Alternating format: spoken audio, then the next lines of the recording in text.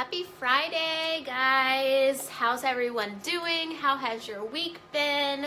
So I have a couple questions that you guys left in yesterday's little Q&A Talk to Me Thursday post. So I wanted to come on live and just kind of answer those today. And then if you guys have any other questions pop up, feel free to drop them in the comments, either, you know, if you watch live or if you catch the replay.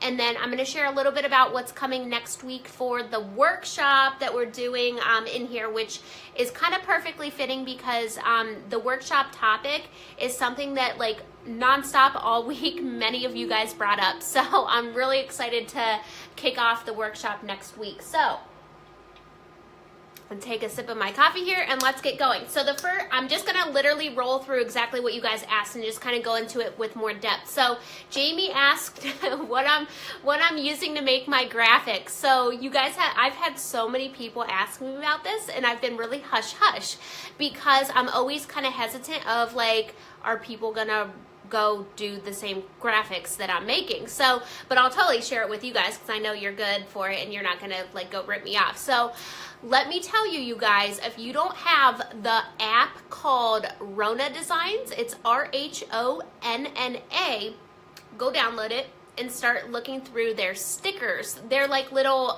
graphic packages or like little packs you can buy, and they're like 99 cents to buy their little packs. And they have all different things. They have anything from like different words, designs. I mean, literally anything you could think of, they probably have a sticker for it or like a graphic for it. And so I have not been using Canva for these. And most people, I think, thought that I was using Canva, and I'm not.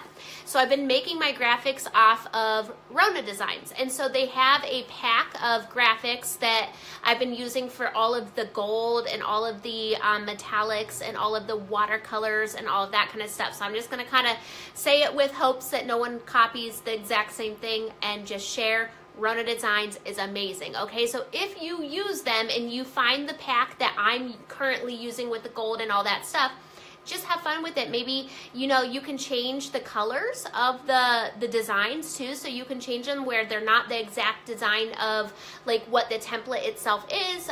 So just play with it. But you guys, when it comes to like the watercolors or like the metallics, Rona Designs app is where it's at, because they have in their color palette, you know, their color ticker, they have the metallics in there, so you can make fonts metallics, you can make graphics metallic. So say you buy a sticker pack and it has, you know, whatever, and you're like, okay, cool, I want this graphic, but I want it metallic.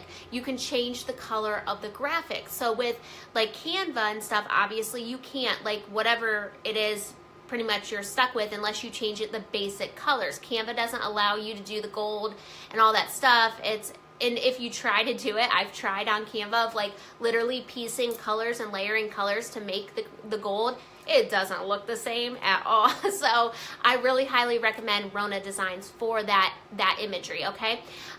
So that's what I've been using. And same with banners. So this is another cool thing, you guys, because I don't know if you guys have noticed, but Canva's Facebook banner template, it's off size. It's not the right size because Facebook changed it and Canva hasn't updated the right dimensions. So what I've been doing is I've been making my banners on Rona Designs, and then I take the banner, so I'll set it up with whatever imagery. And what's cool with Rona Designs, you can layer a lot and do, I mean, it's so fun. I love Rona Designs, and it's nice just to whip it up on your phone right there.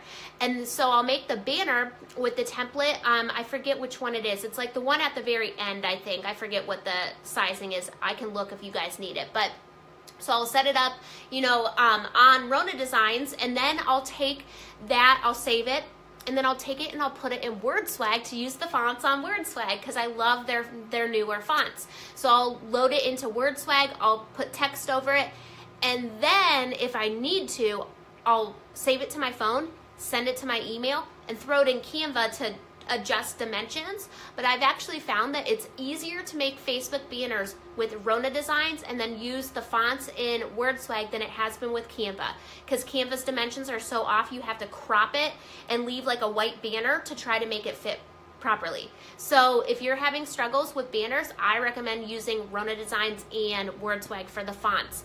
WordSwag's fonts, you guys, if you're not using WordSwag to create quick graphics, get on it because their fonts are awesome. And who cares if other people are using it? The fonts are awesome, okay? So definitely grab those apps. And then I also wanted to share, if you're ever looking for graphics for free, right? Like graphics for free that you could maybe download and put into WordSwag to put text over, check out pexels.com, Pexels.com. It's a whole bank of free graphics. So what you can do is download the graphics from, your computer, email them to yourself, grab the email from your phone, download the graphics onto your phone, throw it in WordSwag.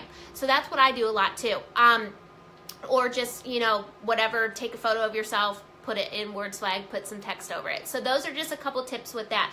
Setting your rates. So Kelly asked about setting your rates. I feel like I'm undervaluing my services. So I kind of touched on this a little bit, but this is my kind of my approach to setting rates. And we already talked about this yesterday, Kelly, so you're kind of good, I think, now with it. But just for everybody else, when it comes to setting rates, you got to, really just think about, like, what do you want to charge? Who cares what other people are charging? Who cares what the industry norm is? What do you feel good about charging? For me, when I launched my first big program, which now is my business academy, like it's grown exponentially.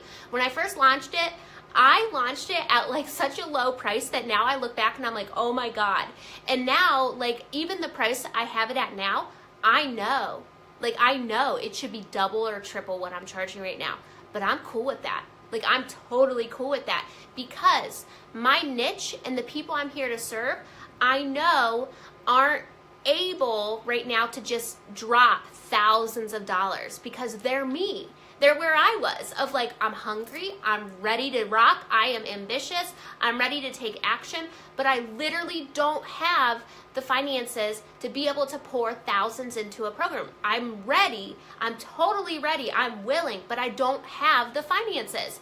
That's exactly where I was. I would do anything my mentor told me. I would take full action, but I literally did not have the ability to spend like thousands on a mentorship program. And so I don't feel good about charging crazy money for something that, like, I know I'm looking to help the old me. So that's the way I approach it, of like, who do you want to help? Where are they at? And what do you feel good about charging? And the other thing to keep in mind with that is your prices can raise whenever you want. And so how I've approached it with like my business academy, for example, I tick up the price a little bit every couple months.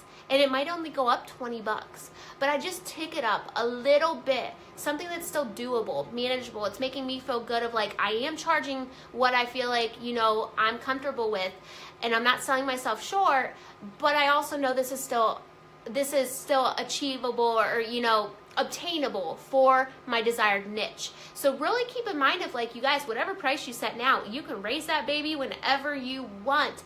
And sometimes it's more about really gauging like, what are you selling? Because if you're selling a group coaching program or something where you're going to be working through the program or the course in a group setting, it's more about the quantity of people rather than selling just a couple at a really high price. So if it's group coaching, you can focus way more on, I can give it at a really great low price when I first launch it, and focus on like, I just want to help a ton of people get into this group coaching experience, and knock down the price and go for like, I just want to help a ton of people be able to access this, right? And then you can add more to the price and raise it as you go. So give yourself that fluidity of, I can always raise my prices. How much do I want to charge right now? Who is my niche, and where are they at? What can they afford? And I hate, oh my gosh, I hate the saying of like, if there's a will, there's a way. You can sell your stuff, you can go into debt to pay for this, like that. I don't know about you guys, but that leaves a bad taste in my mouth. And I never want like anybody to be like, I have to go into debt and do all this crazy stuff in order to build my business or in order to create a better quality of life for myself. I want it to be accessible, right? So it's really about like, where do you fall in terms of what you want to offer people, okay, and charge. So I hope that helps a little bit. So Marion asked about how to push yourself to just do it, right? How to push yourself to just do it. And she said, I have an idea for a workshop, but I'm scared no one will like it. I know this is more of a personal issue. Yes, it is. So if you have an idea for a workshop or an offer of some sort, are you passionate about it? Are you excited about it? Does it light you up to even think about creating it and offering it? That is all that matters. Lean into the excitement and the joy. Talk about it in that aligned space. Promote it in that aligned space, and disregard the fear, the doubt, or the what are people gonna thinks, right?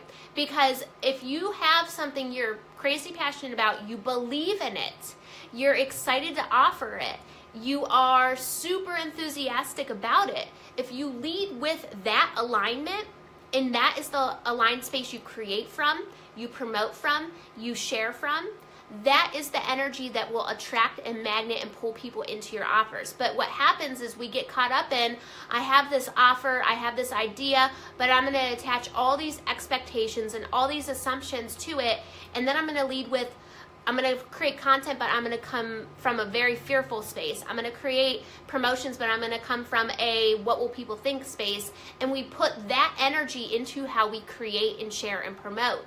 And that is almost like creating massive resistance and block to magnetizing and pulling people into our offers. Get aligned with the excitement and the joy and the enthusiasm for what it is you want to offer. Let the passion of it fill you up.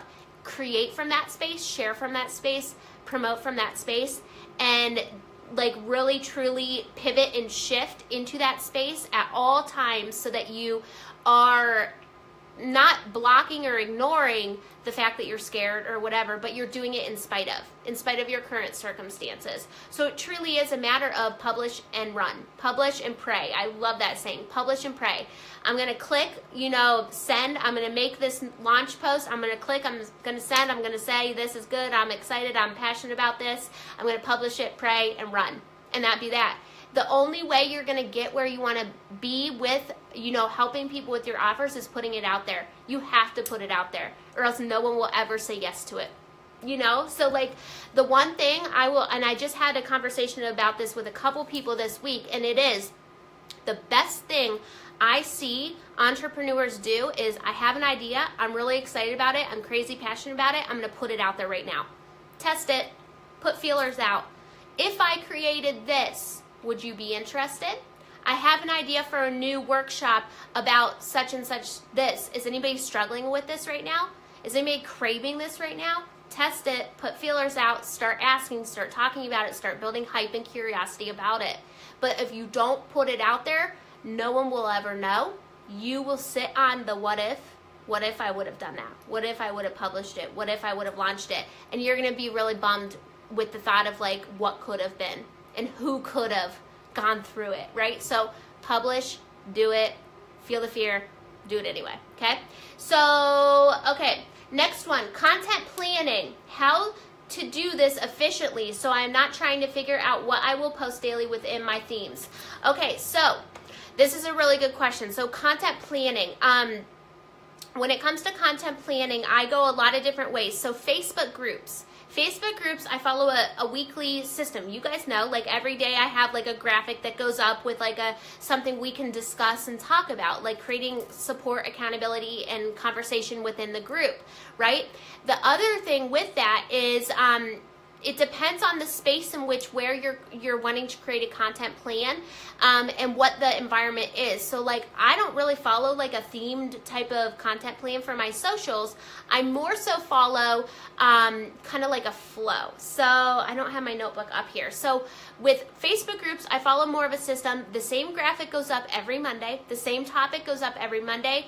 And I am actually going to go into this a little bit more in next week's workshop that I'll talk about in a minute here. But But so it depends. Like for Facebook groups, it's really like at the end of the day, you guys, your Facebook groups, it has to be all about connecting, engaging, creating conversations. So what can you do daily? What questions can you ask? What can you talk about? What can you call on your Facebook group to start an engagement and a conversation about?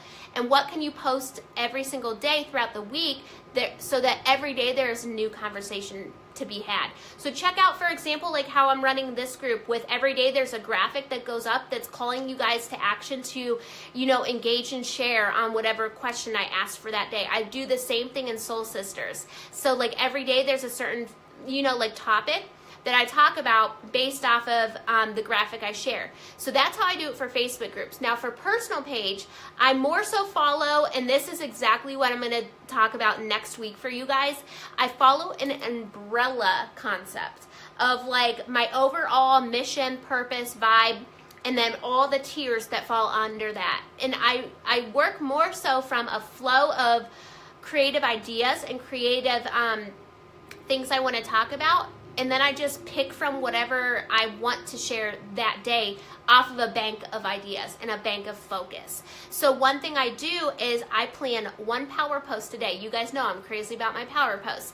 One post a day, whether it be an Insta Stories discussion or an Insta Stories infographic or a live video or a piece of actual post content.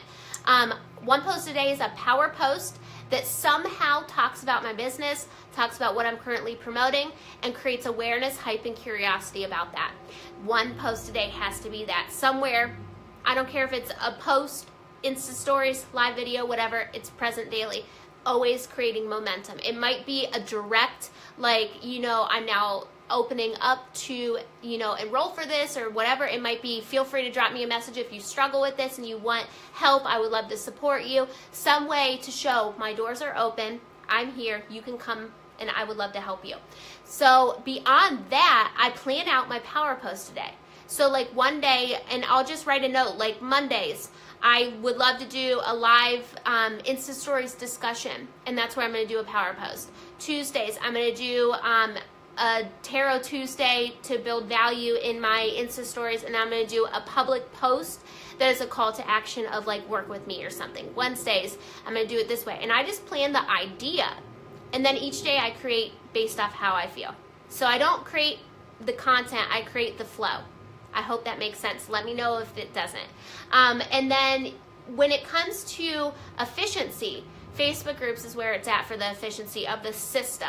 Your public feed should set more up in the flow of your umbrella system and the tiers that I'm going to teach next week. So stay tuned for that, okay?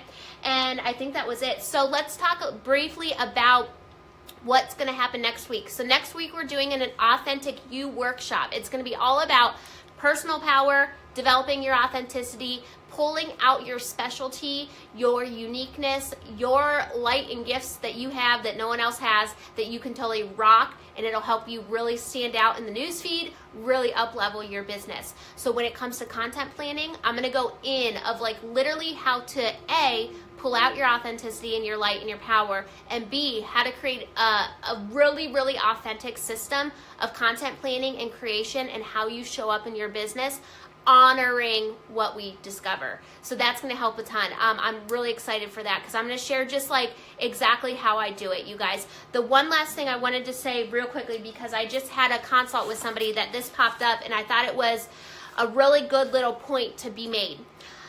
You never run out of content when you're working on your own personal growth and development journey, okay?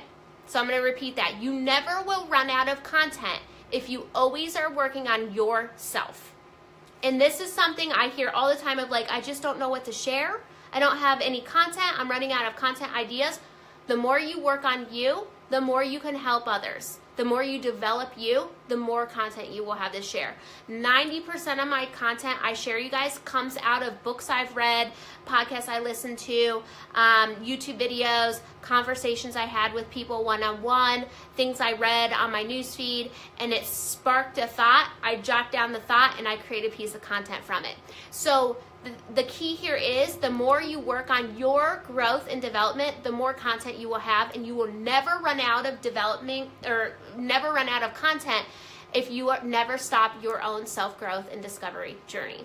And so that's like one of the best pieces of advice I can possibly ever give you is like the more you work on you, the more you can serve and help others, because you will only ever grow your business to the degree you grow yourself. So pour yourself into your self-discovery and self-growth, and you will have endless amounts of content to share. I can't even express to you. And it gives people that insider glimpse of what you're into, what you're all about. You will continually be expanding, and you'll never get old or dry or drab because you're always growing and learning. So your content's always fresh and new, and it's this beautiful progression of growth that will be seen on your newsfeed, always fresh, always giving people something to follow. Okay, so that's just something I wanted to kind of share real quickly, because most of my content comes right, every post I do in the morning, you guys, comes literally right after my alignment, self-discovery and personal development work. Every post in the morning comes out of that. And usually the end of the day post, so I usually do 2 power posts on my public feeds, morning post and evening post. Both of those, like my evening post, comes out of conversations and experiences I had throughout the day. That's what forms at the end. So just really focusing on pouring into you helps you pour into others, okay? I love you guys. I hope you have an awesome Friday, and I will catch you later. Bye.